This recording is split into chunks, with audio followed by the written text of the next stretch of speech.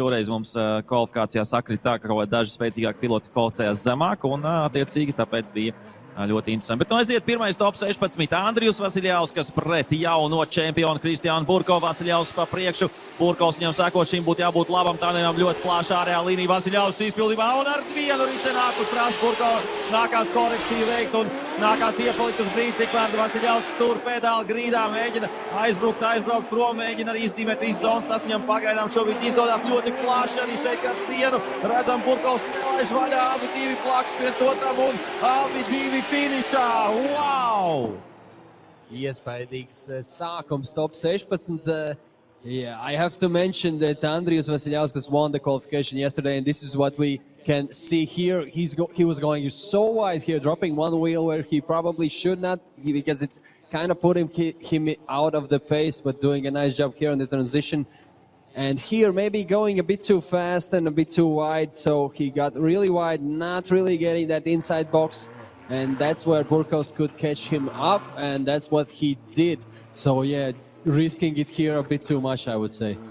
Jā, nu šeit arī šī izbraukšana ārpus trases redzam izsit no līdzsvara arī Kristiānu Burkovu. Nācās viņam tur korekciju uztaisīt, pat varbūt pabraukt uz mirklīt taisni.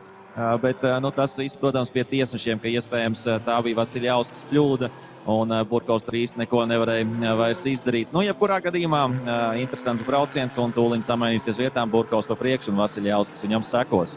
Jā, no Vasiļauskas puses nevajadzīgas tādas kļūdiņas. Redzējām vakardienas kvalifikācija tiešām labu rezultātu parādīja.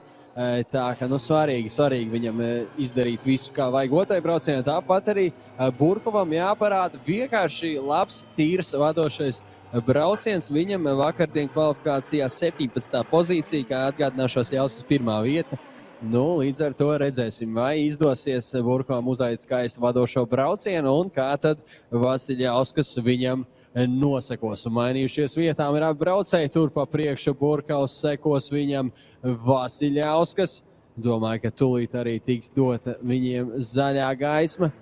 Nu, un redzēsim, kurš tad no viņiem šai tandemā būs labāks un aiziet Burkovs pa priekšu. Vasiļauskas viņam seko un tūlīt iemetiens arī pirmajā līkumā. Braucēji ir ieskrējušies ar rokas bremzi un aiziet pirmais līkums. Tur pa priekšu Burkovs. Vasiļauskas diezgan tuvu mazākā leņķi mēģina nosakot viņam.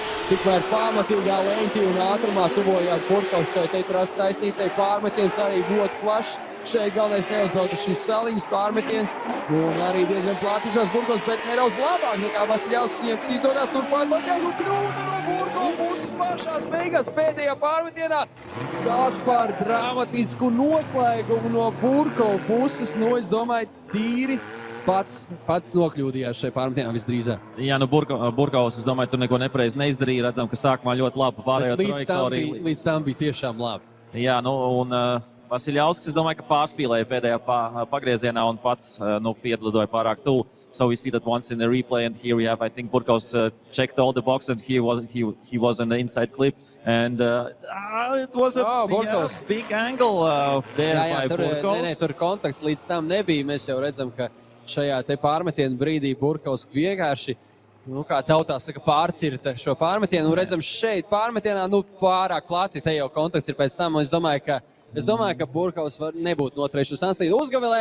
Uzgavilējam Andrijus Vasiļauskas. Shout out to Andrijus Vasiļauskas, best qualifier from yesterday, fighting now against Kristiāns Burkovs, and we saw some dramatic ending for this tandem, and the winner in this battle.